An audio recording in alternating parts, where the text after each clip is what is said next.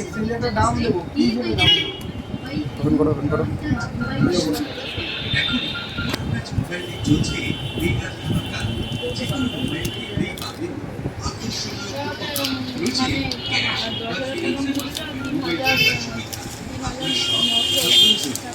ফাইন্যান্সের সিস্টেমটা হচ্ছে কোম্পানি একটা বেঁধে দেয়। আপনি যদি এই ফোনটা নেন, এটা টোটাল 9 মাসের ইএমআই, ঠিক আছে?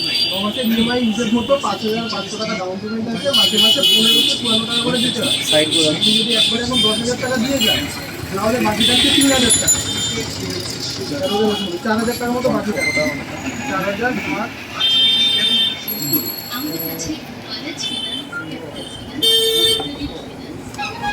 ওই ধরুন 600 650 করে এরকম ইএমআই আছে। 10,000 দিয়ে ওটিপি আসবে তো?